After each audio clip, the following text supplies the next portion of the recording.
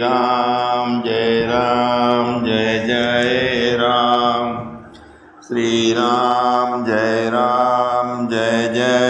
રામ, સચ્ચિદાનંદ ભગવાનની જય। જ્ઞાન સભાના માધ્યમથી સત્સંગ દ્વારા આપણે જે કામ પાર પાડવાનું છે, તત્વતઃ આપણે આપણા સ્વરૂપનું દર્શન, તો એમાં આપણે બહુ સારી રીતે અને સહેલાઈથી આવા સ્થિતિ પ્રાપ્ત કરી શકીએ એમ છીએ, અથવા કરી લીધી છે। કેમ કે આવો સરસ મોકો મળ્યો છે, મીડિયાનું માધ્યમ છે, સરસ સત્સંગ છે, વેદાંતનો અભ્યાસ છે, એટલે ઈશ્વરે આપણને સહજ રીતે બધી સગવડતાઓ આપી છે જુઓ, અને સ્વાભાવિક રીતે। પહેલાં તો આપણે આટલું જ્ઞાન સાંભળવા માટે અમે 200 કિલોમીટરથી ગાડી લઈને જતા, માંડ 1 કલાક બેસવા મળતું મહાપુરુષની સામે, પણ એ આપણે સહજ અને સ્વાભાવિક આપણને આ બધી સગવડ મળેલી છે। તો આ સ્થિતિનો આપણે સહજ રીતે સ્વીકાર કરીએ તો જે કામ આમ પહેલેથી થયેલું જ છે, જે કાયમ આપણી સાથે જ છે, જેને આપણે ગોતીએ છીએ, પણ સહેજા સહેજ અંદર આટલી બધી અનુકૂળતાઓ છે તો ખાલી ઉઘાડ કરવાનો છે। આપણે સહજ સ્વરૂપ આપણું છે એનો ખ્યાલ જ કરવાનો છે। આપણે આપણા સામું જોવાનું છે, શાંતિથી સ્થિર થઈને। બધું ભ્રાંતિઓનું નિવારણ આપણા સત્સંગથી થઈ જાય છે દરેકને। હવે જો આવા પોતાના સહજ સ્વરૂપની એક ઝલક મળી જાય આપણને, એટલે એ કામ પતી ગયું સમજવાનું। પછી કે બારે દૂર છે અને ગોતવાનો છે નહીં, તો એવી સહજ સ્વરૂપનો આપણો ખ્યાલ, હવે એ ખ્યાલ એટલે એનો સહજ સ્વરૂપનો ખ્યાલ કરવાનો છે। પણ બીજા ખ્યાલો આપણે જે ભર્યા છે ને, આપણા અત્યાર સુધીના અનુભવના, દેહપણાનો ભાવ, જગત સાચું છે, મને દુઃખ લાગે છે, ભય બધા જાતના છે, બીજો નડે છે, આ બધા ખ્યાલો છે નહીં, અને ખાલી ભેગા કર્યા હોય એમનામ ખ્યાલ। હવે સહજ સ્વરૂપનો પેલા ખ્યાલો બધા કાઢી નાખીએ તો સહજ સ્વરૂપનું દર્શન થાય છે, ખ્યાલ થતો નથી। આપણા સહજ સ્વરૂપનો આપણે અપરોક્ષ રીતે દર્શન થઈ જાય છે, અને એવી સ્થિતિ પછી મળી જાય કે પછી કાંઈ કરવાનું બાકી નથી રહેતું। જે કામ છે એ બધું આને પૂરું થાય છે। તો બધા ખ્યાલો જે છે ને, શાસ્ત્રમાં એને આપણે કહીએ છીએ કે ગ્રંથિ ભેદન કરવું છે। ગ્રંથિ એટલે આપણને તરત મગજમાં આવે તો અહીંયા કોઈ વસ્તુ છે નહીં, તો ગ્રંથિ કોને માનવી?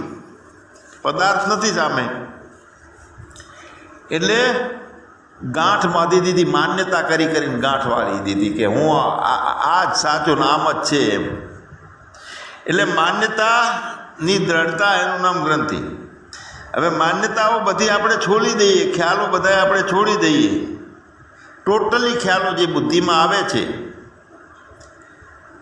અને પોતાના સહજ સ્વરૂપનો સહજ ખ્યાલ આવી જાય, આપણને ઝલક મળી જાય, એટલે એને થયું કહેવાય ગ્રંથિ ભેદન। એનો મતલબ એ કે એનો સાદો શબ્દ આપણે લઈએ કે માન્યતાઓ બધી મેં તોડી નાખી, હું ચેતન છું, મરવાવાળો નથી। તો આવી માન્યતાઓ બધી આપણે તોડી નાખીએ, જેટલી ખોપડીની અંદર આજ સુધીની ભરી છે, તો ભગવાન જે આપણે ગોતીએ એ કાંઈ અઘરું નથી। ખાલી આજ સુધીના ખ્યાલો છે એ સપનાની જેમ છે, ખોટા છે, અને એક સત સ્વરૂપ છે, ચેતન સ્વરૂપ છે, તે હું છું એવો દ્રઢ આપણો સ્વીકાર કરવાનો છે। એટલે ગ્રંથિ ભેદન થઈ જાય, માન્યતાઓ બધી છૂટી જાય ને કે હું દેહ નથી, હું બ્રહ્મ છું એવો અભ્યાસ જોઈએ. સપને નહીં હું દેહ એવો દ્રઢ નિશ્ચય જોઈએ.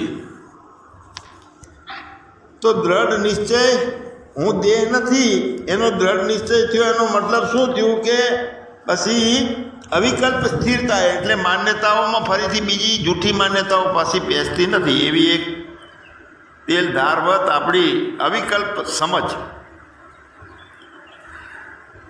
તો પછી જડે નથી કે બીજું કંઈ નથી, ભ્રાંતિઓ નથી, ભય નથી, મોક્ષે નથી અને બંધને નથી.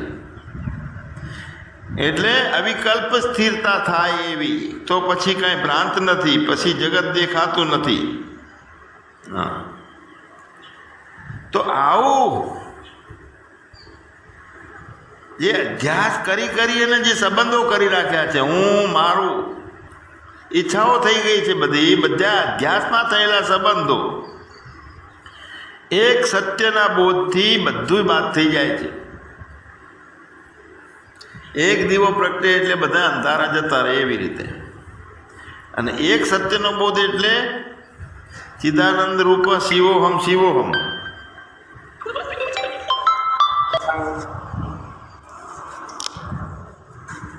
એટલે અધ્યાસ કરીને જે સંબંધો બાંધ્યા, જેટલી માન્યતાઓ માની, એ બધી ગાંઠ તોડવાની વાત છે. અહીંયા ભગવાન ગીતામાં કહે છે ને કે હૃદયની ગાંઠને ભેદન કરી નાખો.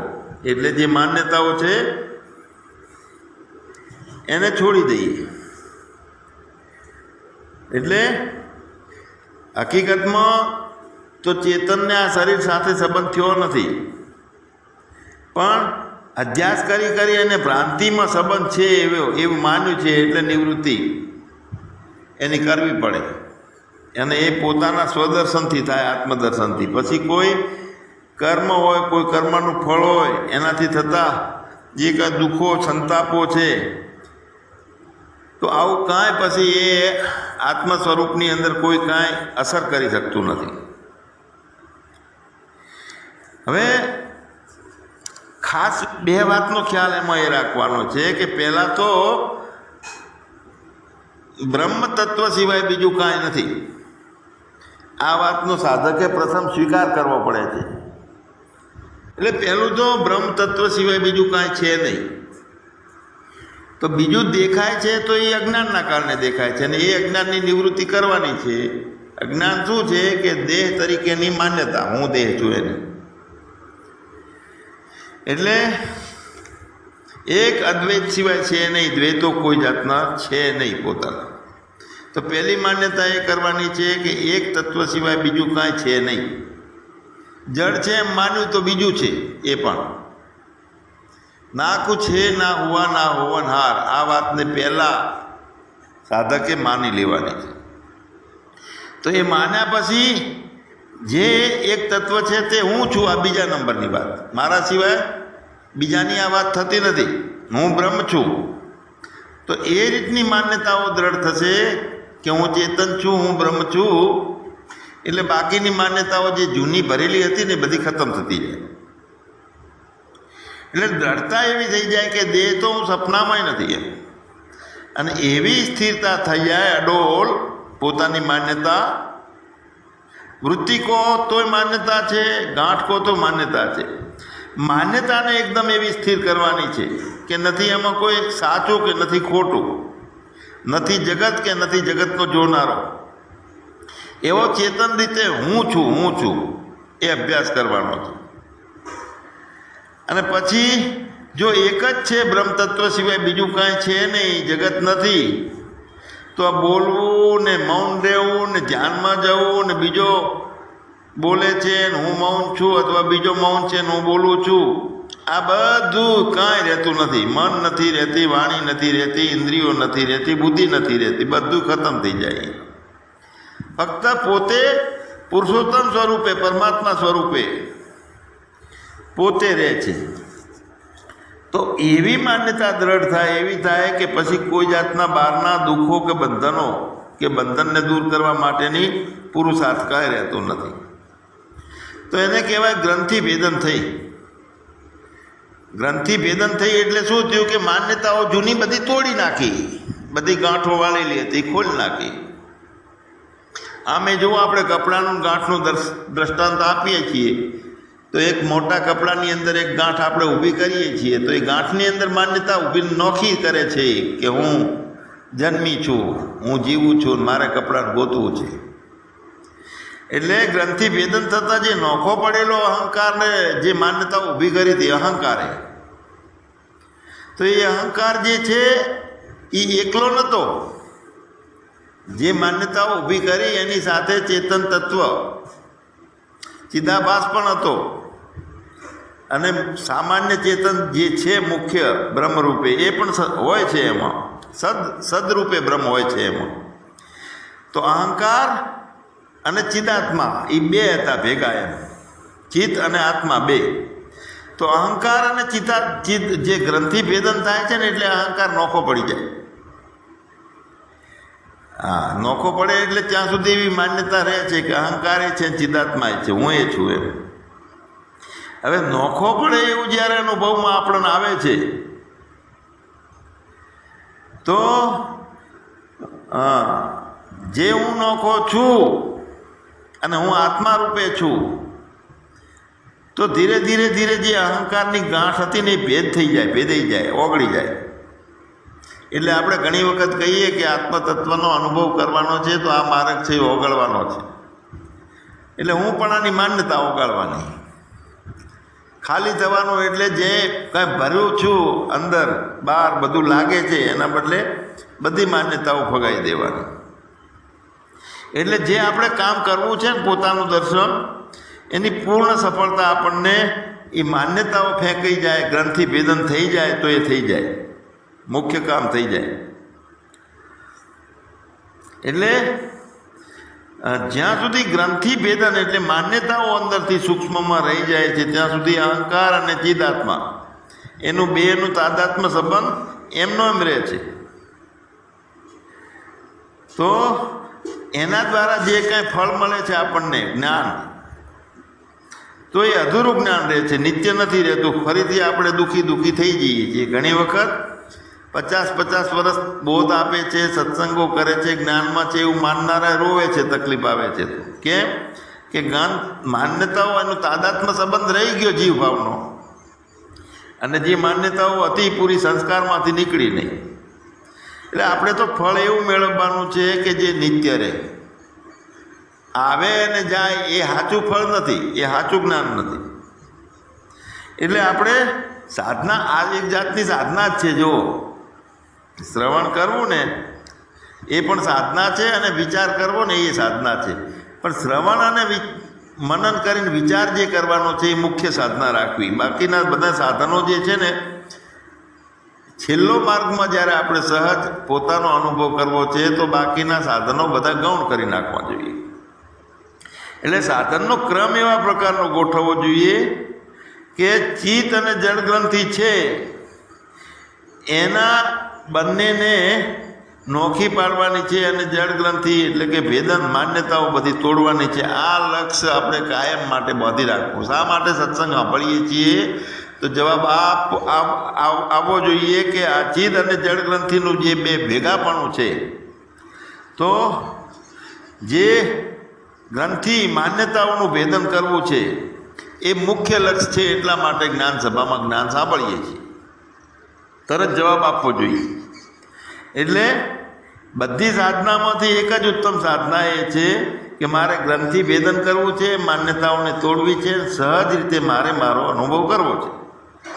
એ જ લક્ષ્ય રાખવાનું. તો આવી આપણી માન્યતાઓ તૂટી જાય, ગ્રંથિ ભેદન થયા પછી આપણો પોતાનો દેહ, મન, બુદ્ધિ એમાં કાંઈ ફેરફાર નથી થતો. ફક્ત ને ફક્ત ગ્રંથિ ભેદનથી ચિદાત્માનો અહંકાર સાથેનો સંબંધ છે એ છૂટી જાય. તાદાત્મ્ય સંબંધ છૂટી જાય છે. અને આપણે સપને નહીં હું દેહ, એટલે ચેતન સિવાય બીજું કાંઈ છે નહીં, આવો સતત વિચાર ચાલુ રહે આપણો. એટલે અહંકાર જે છે ને એની રીતે લય પામી જાય. આપણે કાંઈ પમાડવાનું, લય એટલે છે જ નહીં, હતો જ નહીં, બસ એટલે માન્યતાઓમાંથી છૂટી જાય. હવે જુઓ ભગવાન, આપણે શબ્દ, સ્પર્શ, રૂપ, રસ અને ગંધ પાંચેય વિષયોમાંથી મથીએ છીએ ને, જે બહાર નીકળવા માટે રિઝલ્ટ નથી મળતું ને, તો એનો એક જ જવાબ છે આ કે ચેતન સિવાય બીજું કાંઈ છે નહીં. અને અહંકાર અને ચેતન એ બંને છૂટો પડી ગયો, પછી સાક્ષી ભાવ થઈ ગયો, તો એ સાક્ષીથી તમે જોતા રહો. જેને જેને જે વિષયમાંથી મુક્તિ મેળવવી છે તો એ વિષયને જોતા રહો. સમજી લો કે સ્ત્રી ઉપરનો મોહ છે, તો એ જોતા રહો, મળ માંસનું પૂતળું છે, બીજું કાંઈ નથી. બારે પેકિંગ સારું હોય પણ અંદર ગંધવાળ કચવાળ છે, એના સિવાય બીજું કાંઈ. એટલે ધીરે ધીરે ધીરે બધા વિષયોમાંથી નિવૃત્તિ થઈ જાય. તમે આત્મા તરીકે નોખારો, સાક્ષી રહો, અને બાકીને બધું નથી એમ જોતા રહીએ. એટલે અહંકાર સાથે સંબંધ વિચ્છેદ થાય છે ને, એટલે અહંકારનો ફાંકો ઉતરી જાય છે, એનું બળ ખતમ થઈ જાય. કોઈ પણ પાર્ટીનો નેતા છે, ખરાબ છે ને દારૂડિયો છે, ક્યાં સુધી એને ફોંકો રહે છે કે એની પાર્ટી એને સપોર્ટ કરે છે ત્યાં સુધી.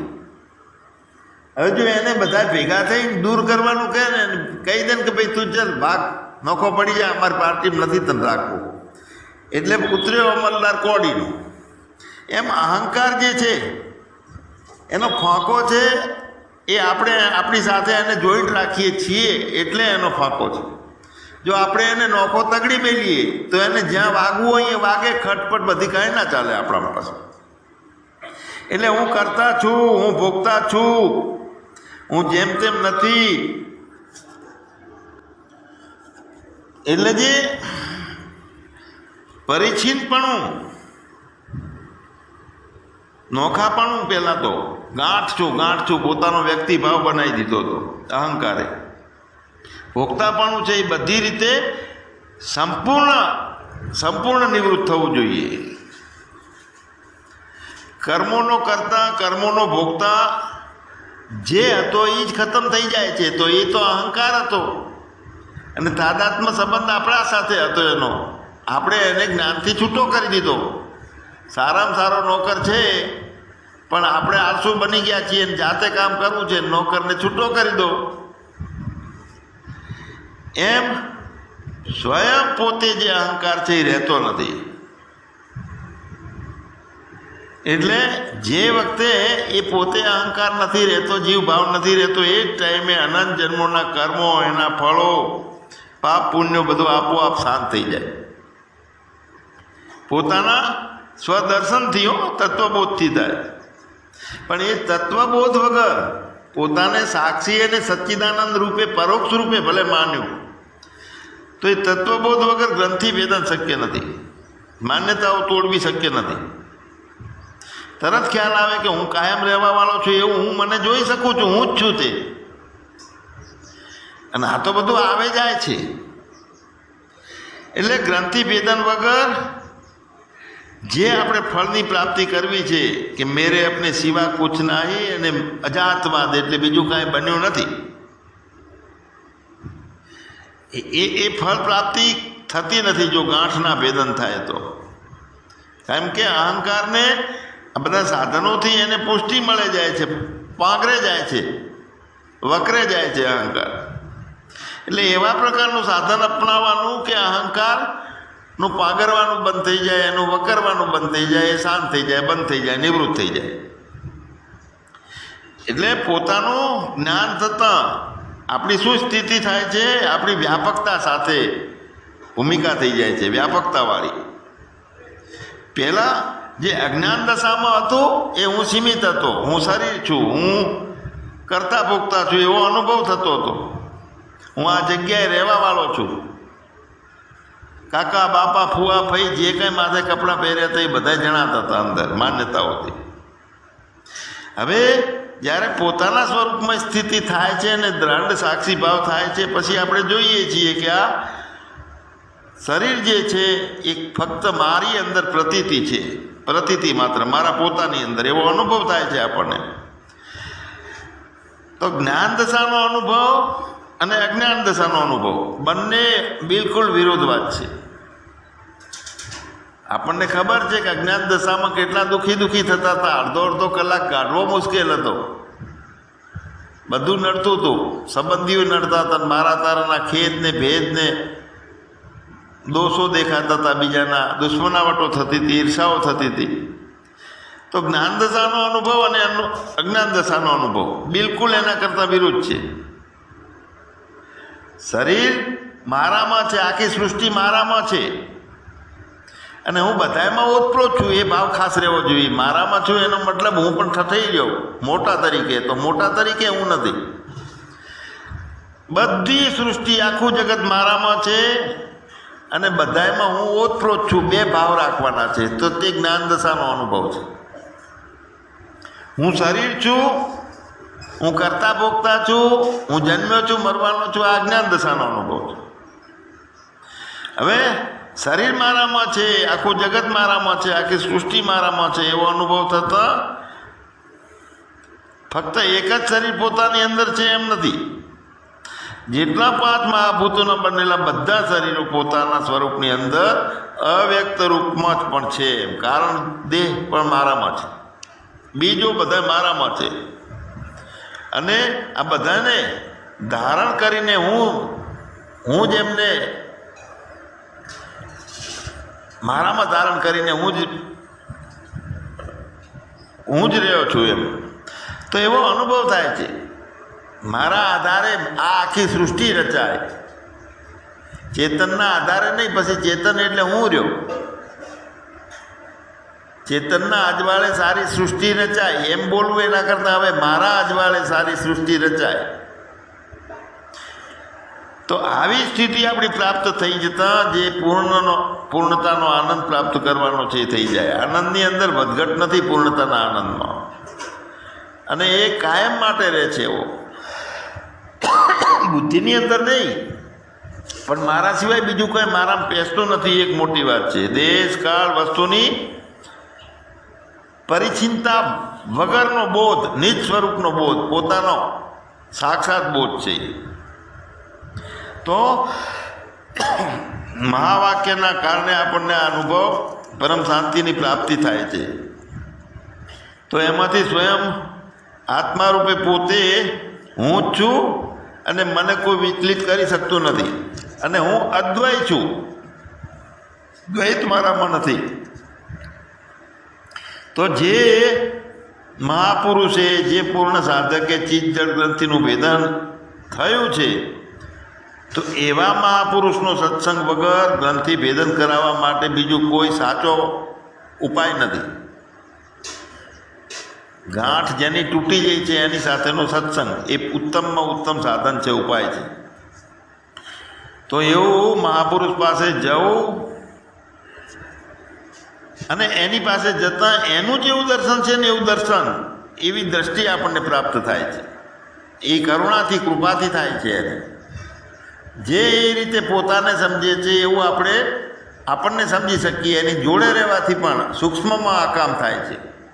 જેમ સૂક્ષ્મમાં ગાળો બોલવાનું ચાલુ થાય છે, હું તો મારા તારાના દ્વેષો ચાલુ થાય છે, ઈર્ષાઓ ચાલુ થાય છે, સ્વાર્થ ચાલુ થાય છે, ભય ચાલુ થાય છે.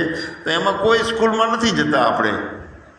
તો એવી અજ્ઞાનની જે દ્રષ્ટિ પ્રાપ્ત થઈ છે, અજ્ઞાનના સંગથી થઈ.